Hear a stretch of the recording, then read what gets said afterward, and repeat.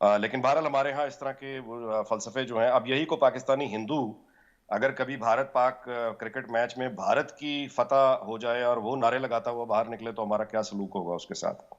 اور آپ اندازہ لگائیے کہ یعنی وہاں مقبوضہ کشمیر میں گرلز ہاسٹل کی بچیاں جو پاکستان کی فتح پہ جشن منا رہی تھیں، اس کے ویڈیوز ہم نے اتنے شیئر کیے ہیں سوشل میڈیا پہ سوچے سمجھے بغیر کہ بھارت کے جو ریاستی اہلکار ہیں وہ ہمارے سوشل میڈیا کو واچ کر رہے ہوتے ہیں، اور نتیجہ اس کا یہ ہے کہ ان پہ سنگین غداری کے پرچے اب شروع ہوں ان بچیوں پر اٹھا کے. بہرحال ہمیں چونکہ کبھی بھی کسی دوسرے کی غم یا پریشانیوں کا احساس کیا ہونا، ہم تو خود پھنسے بیٹھے ہیں. آپ نے ذکر کیا عالمی مہنگائی کا، یقیناً یہاں بہت مہنگائی ہونے جا رہی ہے، مطلب ہے موجود ہے. یورپ میں گیس کے بحران جس کی پچھلے 6 مہینے 8 مہینے سے تیاری شروع تھی، لیکن یہ ہمارے گورنر اسٹیٹ بینک بھی کہتے ہیں خوشخبری ہے، روپے کی ویلیو گر گئی.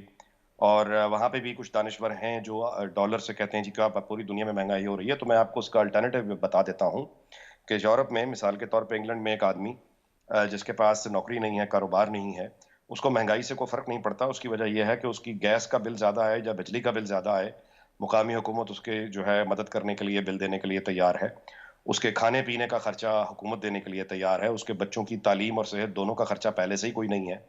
ہاں، یونیفارم کی مد میں اگر ان کو کوئی سپورٹ چاہیے تو وہ بھی ریاست دیتی ہے. اسکولوں میں بچوں کو کھانا، صبح کا ناشتہ اور دوپہر کا کھانا وہ بھی مفت ملتا ہے. تو اس کے بعد پبلک ٹرانسپورٹ بھی آپ کے لیے تقریباً فری ہے اگر آپ کام نہیں کرتے، کیش وہ علیحدہ دیتے ہیں. تو یعنی ان معاشروں کا تقابل پھر ایسے یعنی کرنا اور پھر یہ کہنا کہ عالمی سطح پہ مہنگائی ہے تو آپ بھی یہ کریں. یہاں اگر 1-1.5 سال ارسلان صاحب لاک ڈاؤن رہا ہے تو آپ کے علم میں ہونا چاہیے کہ بڑے سے بڑے 5 اسٹار ہوٹل سے لے کے جن کی آمدنی ملینز آف پاؤنڈز میں سال کی ہوتی ہے، سے لے کے چھوٹی سی ایک کارنر شاپ، وہ جب بند ہوئے ہیں تو حکومت نے اس ہوٹل والے کو ملینز میں ادائیگی کی ہے، اور جو چھوٹی دکان ہے اس کے سٹاف تک کی تنخواہیں حکومتوں نے دی ہیں کیونکہ کاروبار نہیں چل رہا تو تنخواہ ہم دیں گے. تو یہ یہاں سے مقابلہ کرنے سے پہلے ہمیں کوئی سوچنا چاہیے کہ ہم کیا بات کر رہے ہیں. اور دوسری بالکل بات صحیح. یہ ہے کہ بس میں بات کا میں اختتام اس بات پہ کرتا ہوں کہ جب حکومتوں کے پاس نہ تو مہنگائی کم کرنے کا کوئی ان کے پاس طریقہ ہے، نہ ہی بہتری کی کوئی امید ہے، نہ ہی وہ اپنی کارکردگی بتا سکتے ہیں، نہ ہی آگے کا کوئی منصوبہ دکھا سکتے ہیں، تو جب اپنے دامن میں کچھ بھی نہ ہو تو پھر تاریخ کے دامن میں پناہ لی جاتی ہے، پھر رنگ بازیاں ہوتی ہیں، پھر مذہب کے دکھاوے ہوتے ہیں، پھر یہ بتایا جاتا ہے کہ دیکھیں میں ننگے پیر آپ صلی اللہ علیہ وسلم کے شہر اترا ہوں. ہاں، اس سوال کا جواب کوئی نہیں دیتا کہ وہ سرکاری جہاز میں 80 لوگوں کے ساتھ جو آپ وہاں گئے ہیں، سرکاری یعنی یہ وہ پیٹرول تھا جو کسی غریب کے بچے کی دوا کے پیسے کاٹ کے، کسی کی تعلیم کے پیسے کاٹ کے آپ کے جہاز میں 80 لوگ یہ گئے ہیں. لیکن ہاتھ میں تسبیح، ننگے پیر، رنگ بازی اور اس کو عالم اسلام کی فتح قرار دے دینا. ہندوستان پاکستان کے پس منظر میں کوئی خدا کا نام لے، کوئی ہم نے اسلام کی ہی کم از کم میرا خیال ہے کہ ہمیں اگر آخرت کی کو فکر ہے تو اسلام کا نام لینا چھوڑ دیں. یہ بدترین لوگ ہیں جو دین کو بیچتے ہیں، اللہ کی آیات کو بیچتے ہیں، ریاست مدینہ کے نام کو بیچتے ہیں.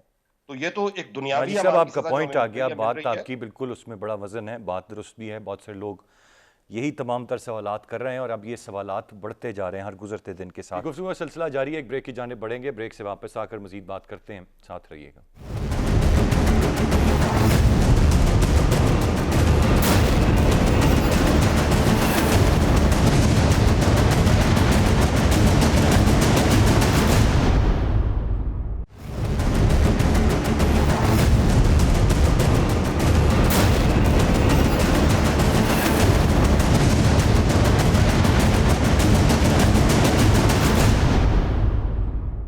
Welcome back. امیر عباس صاحب، آپ کی کیا رائے ہوگی؟ میں مطلب اگر اوورآل پوچھا جائے، ہم بہت لمبی ڈسکشن بھی آج کر لیں گے، لیکن مسئلہ ایک ہی رہے گا اور وہ ہے مہنگائی. ان ون سمپل ورڈ، اس کو جتنا بھی ادھر سے پکڑ لیا جائے، ادھر سے پکڑ لیا جائے، جیسے بھی ڈریگ کر لیا جائے، یہ 70 سال کے ریکارڈ ٹوٹ رہے ہیں، معمولی بات نہیں ہے. کس پہ ملبہ ڈالیں، کس کا گریبان پکڑا جائے؟ بہت شکریہ ارسلان. آپ پیٹرول کی پرائسز کی بات کر رہے تھے، آپ جو فی تولہ سونا 1,22,000 سے اوپر چلا گیا، آپ اس کی بات کر رہے تھے. یہ میرے پاس بھی 25 تاریخ کا کل کا میرے اپنے گھر کا بل ہے، گھریلو سلنڈر کا. چونکہ میں جہاں رہتا ہوں اسلام آباد میں، وہاں ایک تو اس شہر کو کیپٹل بنے ہوئے 50 سال سے زیادہ ہو گئے، لیکن آج تک وہاں گیس نہیں ہے، اور ہمیں سلنڈر پہ، ہماری طرح اس شہر کے رہنے والے لاکھوں لوگوں کو سلنڈر پہ گزارا کرنا پڑتا ہے. یہ 45 kg سلنڈر کا بل ہے 10,000 روپے. یہ میں آپ کو ریفل کاسٹ بتا رہا ہوں. جو سلنڈر کی کاسٹ ہے، یعنی اگر آپ ایک نیا جو شخص سلنڈر خریدنے جائے گا اس کو اس کے ساتھ 8-10 ہزار روپے 12 ہزار روپے سلنڈر کے پیسے علیحدہ ادا کرنے. یہ صرف ریفل 10,000 روپے 45 کے جی, اور آج سے 1 سال پہلے یہ 5,000 پر 45 کے جی تھا. یہاں جو غریب ہے, جو متوسط طبقے کا ہے, وہ قابل رحم حالت گزار رہا ہے اس ملک. اور عمران خان صاحب اور ان کے جو وزیر مشیر ہیں, یعنی آپ کیسے جھٹلا سکتے ہیں اس کو؟ آپ کہیں گے تو میں آپ کو بھیج دوں گا آپ کے پروڈیوسر کو, آپ اس کو دکھائیں, اس پہ کانٹیکٹ نمبر آ رہا ہے, دیں یہ حماد اظہر صاحب جو بیٹھ کے ٹی وی چینلز کے اوپر لوگوں کو چیلنج کر رہے میرے بات صاحب, ہیں. You are absolutely right and he doesn't know it. اس میں کوئی ابہام کی تو بات ہے نہیں. ابہام ان کو ہے, آپ کے دیکھنے والے تو خود بھگت رہے ہیں میری طرح نا, ہم تو سب شہری ہیں, ہم تو روز بھگت رہے ہیں اس مہنگائی کو. جی جی, ابہام ان کو ہے جو اس ملک آنے والے ہیں. حماد اظہر ہو گئے, شوکت ترین ہو گئے, عمران خان صاحب ہو گئے, وہ سمجھتے ہیں کہ سارے لوگ بکواس کر رہے ہیں, جھوٹ بول رہے ہیں, کچھ بھی نہیں ہے اس ملک کے اندر, سب گڈی گڈی چل رہا ہے. یہ ان کو سمجھانے کی ضرورت ہے کہ بھائی یہ آپ لوگ اصل میں جو ایوان اقتدار ہوتا ہے نا, اس کی دیواریں بہت اونچی ہوتی ہیں اکثر, اس کی دیواریں فصیلوں کی طرح ہوتی ہیں, اور جو فصیلیں ہوتی ہیں یا اونچی دیواریں ہوتی ہیں ان کا مسئلہ یہ ہوتا ہے کہ ان سے آوازیں ٹکرا کر واپس پلٹ جاتی ہیں. اندر رہنے والوں تک آوازیں غریب کی اور متوسط طبقے کی آواز وہاں تک نہیں پہنچ پاتی. وہاں آواز پہنچے گی شہباز گل صاحب کی, وہاں آواز پہنچے گی فواد چودھری صاحب کی, وہاں پہنچے گی وزیروں مشیروں کی جو کہیں گے بہت اچھا کام ہو رہا ہے, بہت اچھا ہے, جو باہر بھی آگے کہتے ہیں بہت اچھا ہے, اندر بھی کہتے ہوں گے بہت اچھا ہے. عمران خان صاحب بہت زبردست جو خلیفہ بننے جا رہے ہیں وہ ریاست مدینہ کے. کچھ ضرور مسائل ہیں اس وقت کے چین میں, میں بہت آبجیکٹو کرٹیسزم کرتا ہوں, میں سمجھتا ہوں کہ کچھ مسائل ضرور ہیں اس کے, لیکن کچھ مسائل نہیں ہیں, وہ بن رہے ہیں, وہ پیدا ہو رہے ہیں. اس کی ریزن انکیپیبلٹی ہو, اس کی ریزن کیپیسٹی بلڈنگ کا مسئلہ ہو, اس کی ریزن ویژن کی کمی ہو, کوئی ریزن ہو سکتی ہے. یہ عمران خان صاحب کو دیکھنا ہے کہ کیا وجہ ہے اس کی. میں کسی اور کی طرح پورا نزلہ سارا گند ان کے اوپر نہیں ڈالتا. مثال کے طور پہ جیسے پیٹرول ہے, اس میں کوئی شک نہیں ہے کہ پیٹرول باہر $85 پر بیرل سے کراس کر چکا ہے, اور یہ آگے $100 پر بیرل سے لے کے $105 پر بیرل تک جا سکتا ہے. یعنی 20 سے 30 روپے پیٹرول کی پرائسز پاکستان میں اگلے 1 سے 1.5 ماہ میں اور بڑھ سکتی ہیں. اب وہ حکومت کیسے مینج کرتی ہے, فابیا ہو سکتا ہے مینج کر لے. کچھ ان کی مجبوریاں ہیں, لیکن کچھ مجبوریاں نہیں ہیں. مثال کے طور پہ امیر عباس صاحب, میرا اس پر ایک پوائنٹ ہوگا, میرا ایک پوائنٹ ہوگا, میں یہ آپ کی بات سے اتفاق کرتے ہوئے, میرا کنسرن یہاں پر یہ آ جاتا ہے کہ جب کووڈ میں مائنس میں چلی گئی پیٹرول کی پرائس, اس حکومت نے کوشش کی, پیٹرول نایاب ہو گیا, پیٹرول پمپس مالکان نے, پیٹرول کمپنیز نے پیٹرول دینا بند کر دیا, مجبوراً وہ نوٹیفیکیشن واپس لینا پڑا, اور اس وقت بھی پیٹرول یہاں پر مہنگا بکتا رہا. یہ ہے پیمانہ میرے پاس ناپنے کا کہ یہ تو آپ کی اس وقت مافیاز کے سامنے آپ نے گھٹنے ٹیکے تھے, آپ نہیں امپلیمنٹ کرا سکے. آج تو چلیں جو ہے وہ ہے, تب کیا پرابلم تھا سر؟ تب عوام کو اتنا ریلیف دے دیا ہوتا, آج وہ بھگت لیتے. پیٹرولیم پروڈکٹس یہ ایسی پروڈکٹ ہے, کنزیومر پروڈکٹ, کہ جو ہر حکومت استعمال کرتی ہے ٹیکس ریونیو کے لیے. ہر حکومت, وہ یہ موجودہ حکومت ہو یا ماضی کی حکومت ہو. اس حکومت نے بھی 400 یا 600 ارب روپے پیٹرولیم لیوی کی مد میں اپنے بجٹ میں لکھا تھا کہ ہم یہ اتنا پیسہ اکٹھا کریں گے پیٹرولیم لیوی کی مد میں. ہر حکومت انڈائریکٹ ٹیکسز حاصل کرتی ہے, کیونکہ پیٹرول ایک ایسی پروڈکٹ ہے واحد ملک کے اندر کہ جس سے اگر آپ یعنی اگر آج حکومت طے کر لے کہ کل ہمیں 100 ارب روپے اکٹھا کرنا ہے, اور کوئی ایسی چیز نہیں ہے کہ جس کے اوپر ٹیکس لگا کے حکومت 100 ارب روپیہ کل کے دن میں اکٹھا کر لے. یہ پیٹرولیم پروڈکٹس ایک ایسی چیز ہے, کیونکہ میں بھی اس وقت گاڑی میں بیٹھا ہوں, میں نے بھی پیٹرول ڈلوایا ہے, آپ بھی دفتر میں, ہر وقت یہ جو ہے وہ سرکولیشن میں یہ پروڈکٹ, اس کے اوپر آپ جیسے ٹیکس لگائیں گے آپ کو ریونیو فورم مل جائے گا. تو ہر حکومت اس کو استعمال کرتی ہے, اور اسی انڈائریکٹ ٹیکسیشن کے خلاف عمران خان صاحب اقتدار میں آئے تھے. وہ کہتے تھے کہ ڈائریکٹ ٹیکسیشن میں بڑھاؤں گا, انڈائریکٹ ٹیکسیشن کم کروں گا. Indirect taxation, sales tax, petroleum levy, P L T, کس نام سے ٹیکسز لیے جاتے رہے ہیں پیٹرول کے اوپر, اور ابھی بھی لیے جا رہے ہیں.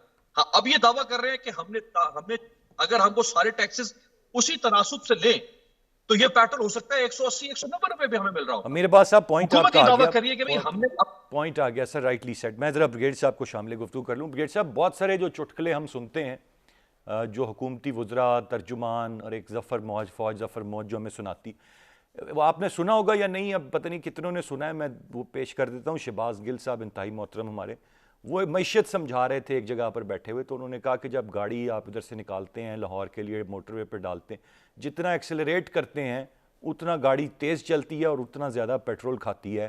ملک کی معیشت بھی بالکل اس طرح ہے، کیونکہ بہت تیزی سے آگے بڑھ رہی ہے، اس لیے چیزیں مہنگی ہو رہی ہیں. یہ آپ نے شاید سنا ہوگا، نہیں سنا ہوگا، میں نے کہا ذرا اس کو تازہ کر دیں، اپنی رائے کا اظہار کر دیں آپ. جو ہندوستان کے سابقہ وزیر اعظم ہیں منموہن سنگھ صاحب، وہ 1973 میں ایوب خان صاحب کو ملے تھے، تو ایوب خان نے ان کو کہا کہ جو یہ خوش آمدی لوگ ہیں انہوں نے ان کے گرد ایک حصار بنا دی تھی جس میں سے آواز نہیں نکل سکتی تھی، ساؤنڈ پروف تھا. تو انہوں نے کہا جی میں نے خود اپنی آواز سننی شروع کر دی اور مجھے باہر کی دنیا کا نہیں پتہ تھا. اس طرح جو ہمارے خلیفہ ہیں ریاست مدینہ کے، ان کو گراؤنڈ سچویشن کا پتہ ہی نہیں ہے کہ زمین پہ اس وقت کیا ہو رہا ہے کیا نہیں ہو رہا ہے. ابھی آپ نے کیوس کی بات کی، میں تو سمجھ رہا ہوں بالکل کیوس کی حد تو ہم پار کر چکے ہیں، ابھی انارکی کی طرف ہم جا رہے ہیں. اور اس کی جو دو میرے میں جو میجر اس کے جو وجوہ ہیں وہ یہ ہیں. ایک یہ ہے کہ ہم اپنے جو جیب میں ہمارا پیسہ ہے اس کے حساب سے ہم اپنی زندگی نہیں بسر کر رہے ہیں ایز اے مطلب ہے کہ ریاست کے طور پہ. جو بورڈ لگژری ہے اس پہ ہم رہ رہے ہیں. ہم نے لوگوں کو ایک نشہ دے دیا بورڈ لگژری پہ رہنے کا. مطلب 1954 میں ہم چلے گئے ملٹری الائنسز میں اور اکنامک ایڈ آئی، وہ آئی، ہم نے کیا کیا، لوگوں کو مفت بجلی دینی شروع کر دی، تو مفت روٹی دینی شروع کر دی بورڈ لگژری پہ، اور ایک ببل آ گیا اکنامک ایکٹیویٹی کا جس کو ایوب خان کے ساتھ یہ جوڑ دیتے ہیں، وہ امریکہ کا پیسہ تھا. اس کے بعد پھر آپ کے اوپر غربت آ گئی اور آپ نے دیکھا ایوب خان اسی پہ چلے گئے آگے. تو ہم اس وقت جو ہیں ہمارا جو انکم ہے وہ صرف جاری ہے ڈیٹ سروسنگ کے اوپر. آپ کی جو اسٹیٹ ہے ڈیولپمنٹ ہے اور فوج ہے ڈیفنس ہے وہ ہے قرضے پہ اس وقت. آپ اس کا اندازہ لگا سکتے ہیں کہ ہم کس سطح پہ پہنچ گئے ہیں. دوسری جو میجر وجہ ہے وہ یہ ہے کہ ہم گراس انکمپیٹنس ہے، میڈیوکرٹی ہے ہر جگہ کے اوپر. آپ مطلب ہے کہ آپ مجھے بتا دیں انٹیریئر منسٹری کی کیا کوالیفیکیشن ہے کہ یہ انٹیریئر منسٹر ہے. مجھے آپ یہ بتائیں کہ یہ کوئی بہت بڑا کوالیفائڈ آدمی ہے، سوائے کہ بد زبانی کے ان کو تو اور کوئی چیز آتی نہیں ہے. آپ ان کی بے حسی دیکھ لیں کہ ادھر قوم کے اوپر کیا گزری. اس وقت آپ گجرانوالہ لاہور کے درمیان راستہ کٹا ہوا ہے. مریض جو ہیں ان کو سمجھ نہیں آ رہی کہ کس طرح غریب آدمی اپنا مریض لاہور لے کے جائے تاکہ اس کی زندگی بچا سکے. تو وزیر اعظم صاحب 3 روزہ دورے پہ ننگے پاؤں ادھر چلے گئے اور اس ننگے پاؤں کی وجہ سے ہم نے کرکٹ میچ بھی جیت لیا. تو اگلے کیا کریں گے؟ اگلے دفعہ چلے وہاں پر تو ہم ورلڈ کپ جیت کے آ جائیں گے. یہ کیا بے حسی ہے. وزیر خارجہ، وزیر اطلاعات جو ہیں وہ دبئی میں بیٹھے ہوئے ہیں، وزیر داخلہ اور وزیر اطلاعات جو ہیں وہ دبئی میں بیٹھے میچ دیکھنے کے لیے. وزیر اعظم صاحب میچ دیکھ رہے ہیں اٹر لگژری میں. آپ نے تصویر دیکھی ہو، اٹر لگژری میں بیٹھے ہوئے میچ دیکھ رہے ہیں. کیا مجھے آپ یہ بتائیں چاروں خلفائے راشدین میں سے کون اس قسم کی زندگی بسر کرتا تھا؟ یا ہمارے جو آقا حضرت محمد مصطفیٰ وہ کیا اس طرح رہتے تھے؟ انہوں نے پاورٹی امبریس کی. وہ دنیا کی ساری آسائشیں لے سکتے تھے اگر وہ چاہتے، لیکن انہوں نے پاورٹی امبریس کی. لیڈرشپ یہ ہوتی ہے کہ آپ پاورٹی امبریس کریں. آپ 300 کنال میں رہ کے 4-5 لاکھ روپے مہینے کے خرچ کر کے یہ خلیفہ نہیں ہوتا ہے، یہ ریاست مدینہ نہیں ہے. تو اگر یہ ان کی یہ حالت رہی تو پھر مطلب ہے کہ یہاں پر ہوگا. میں سمجھتا ہوں لوگ بھی بے حس ہو گئے ہیں. ابھی میری اتنی عمر ہو گئی ہے کہ مجھے پتا ہے کہ 4 آنے چینی مہنگی ہو گئی تھی سن 65 کی لڑائی کے بعد اور ایوب خان کے خلاف ڈیمونسٹریشن شروع ہو گئے تھے. ابھی میرے خیال میں لوگ ابھی نکلتے ہیں تو یا تو اپوزیشن پارٹیز کو وہ سمجھتے ہیں کہ یہ بالکل بیکار ہے، ان کے ساتھ چلنا ٹھیک نہیں ہے، لیکن لوگ سہ رہے ہیں. مجھے یہ نہیں پتا کہ کیوں سہ رہے ہیں. یہ اس کو باہر نکلنا چاہیے، اس کو بتانا چاہیے کہ یہ اس طرح نہیں چلے گا. اس لیے تو لوگ کہتے ہیں وزیر داخلہ کیا کہتے ہیں کہ جی ٹھوس ہو گیا سب کچھ. واقعی ٹھوس ہو گیا ہے. آپ نے درست فرمایا گیٹ صاحب، یہ بات بالکل صحیح ہے. گفتگو کا سلسلہ جاری ہے، ایک بریک کی جانب بڑھیں گے. بریک سے واپس آ کر مزید بات کرتے ہیں، ساتھ رہیے گا.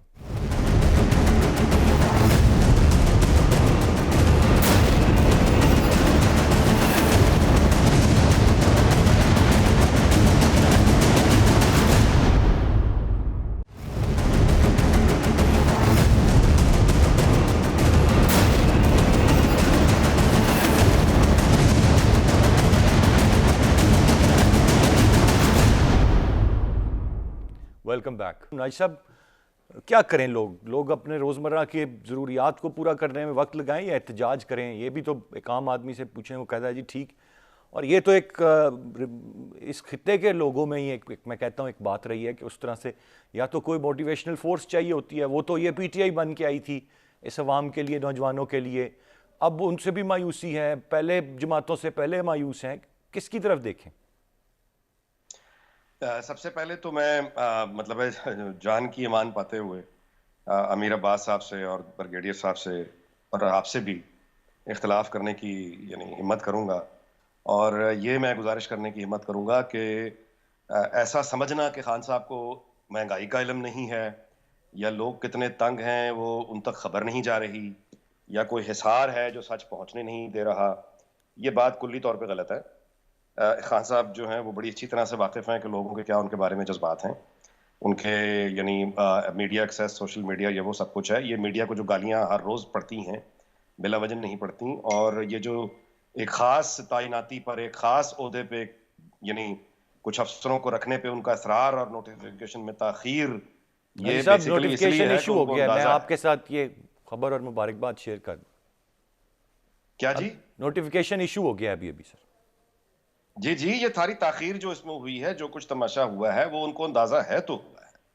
تو ایسا دوسرا ایوب خان کے زمانے کو ظاہر ہے وقت گزرا. بریگیڈیئر صاحب سے میں احترام سے کہتا ہوں کہ تاریخ سے ہمیں سبق لینا چاہیے, اور بہت اچھی بات ہے کہ لیکن جو تاریخ سے اگر ہم سبق یہ لے رہے ہیں کہ یعنی ایوب خان کو بھی نہیں پتا تھا اور عمران خان کو بھی عین اسی طرح سے کچھ نہیں پتا, تو یہ غلط سبق ہے. تاریخ سے اگر ہم سبق لینا چاہیے تو یہ کہ ایوب خان نے جو کیا تھا وہ غلط تھا. ایوب خان نے یعنی خود کو پاکستان قرار دے کے جو اس نے فیصلے کیے اس کا نتیجہ پوری قوم کو بھگتنا پڑا. اور یہ سرکاری افسر سول ہو یا فوجی, ہم ان سے اتنی درخواست ہی کر سکتے ہیں کہ اللہ کے واسطے کوئی اگر آپ خود کو مسلمان سمجھتے, مانتے اور کہتے ہیں تو پھر اللہ کے نبی کی سنت اور وعدے اور یعنی حلف اٹھانے کی جو تقدس ہے اس سے کم دوبارہ سے اس کو ری وزٹ کر لیں تو ہمارے بہت سے مسائل حل ہو جائیں گے. باقی رہے یہ کہ ہمارے وزیر, میں بہت سے واٹس ایپ گروپس میں شامل ہوں, امیر عباس بھی ہوں گے, آپ بھی ہوں گے, یہ جتنے خوشحال اور امیر ارب پتی لوگ ہیں وہ حکومت سے تعلق رکھتے ہوں, اپوزیشن سے ہوں, وہ سرمایہ دار ہوں, وہ یا سرمایہ کار ہوں, ریئل اسٹیٹ کے ہوں, ان کے ساتھ آپ جب بھی بیٹھیں گے تو وہ ایک رسمی باتیں کریں گے کہ ہاں ٹھیک ہے پریشانی ہے, مہنگائی ہے, کیا ہوگا, یہ ہوگا, وہ ہوگا.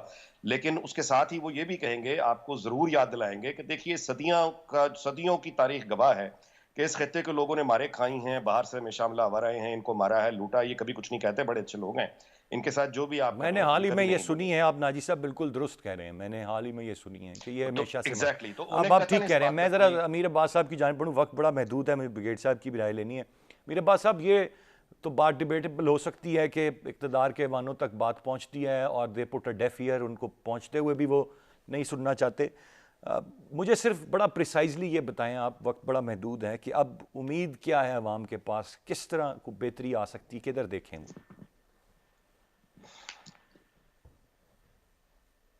امیر عباس صاحب.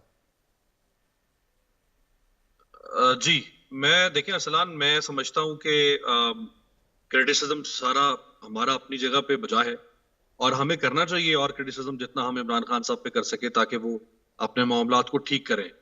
لیکن میں اس چیز کا قائل نہیں ہوں کہ حکومتوں کو وقت نہیں ملنا چاہیے. میں اس چیز کا قائل نہیں ہوں کہ ہم حکومت کو گرا دیں. یعنی اگر آج عمران خان صاحب کی جگہ پہ کوئی اور حکومت بھی ہوتی تو اس کو گرانا یہ کوئی حل نہیں ہے. اس کے دو نقصانات ہوتے ہیں. ایک تو نقصان یہ ہے کہ جو برسر اقتدار ہوتا ہے وہ عوام کے سامنے جا کے شہید بن جاتا ہے.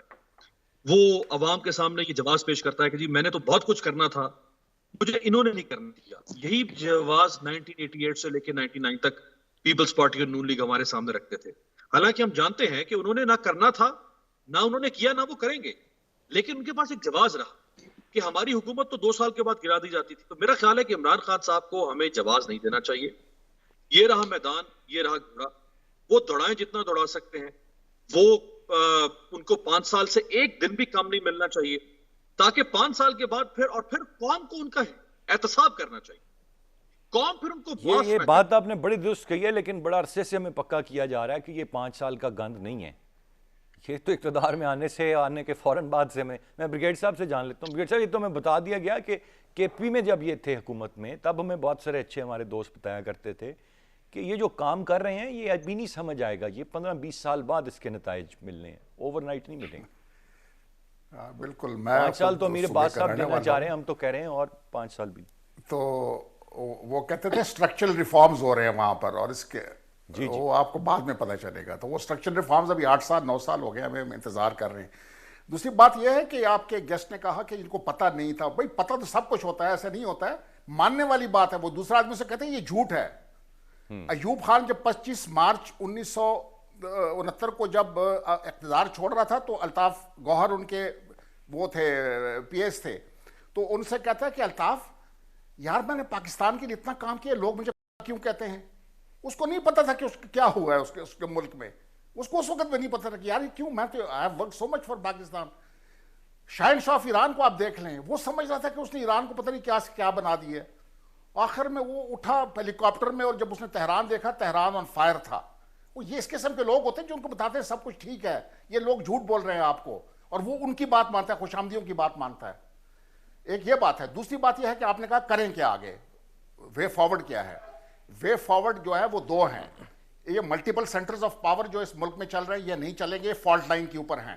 اس کے اوپر زلزلے, کچھ نہ کچھ دنوں کے بعد زلزلے آئیں گے جب یہ فالٹ لائن پہ آپ کنسٹرکشن کریں گے. ایک یہ بات ہے. دوسرا یہ بات یہ ہے کہ ہمیں اپنے ری وزٹ کرے گا سسٹمز کو. آپ پھیلائے جا رہے ہیں اپنے گورنمنٹ کو, اور انکم آپ کی کوئی نہیں ہے. آپ صرف دیکھ لیں پچھلے 10-15 سال میں دیکھ لیں کہ آپ کی فیڈرل گورنمنٹ کتنی پھیل گئی ہے. فار ایگزامپل ابھی آپ نے ایک کھولا ہے رحمت للعالمین اتھارٹی, ابھی اس کے اندر 500-600 لوگ جائیں گے اندر, اور اس کو پیسے ریلیز ہو جائیں گے. یہ کدھر سے آئیں گے؟ مطلب ہے کہ یہ والے کام جو ہم کر رہے ہیں نا, یہ ان کو تو ہمیں ری وزٹ کرنا پڑے گا کہ ہم نے اپنی کیا کیا چیزیں جو ہے اپنی وہ ان کو سسٹمز کو چینج کرنا ہے, چاہے آل سسٹمز ہمیں چینج کرنا پڑے گا, اور جو ہماری انکم ہے اس کے مطابق اس کو آپ نے ٹیلر کرنا ہے.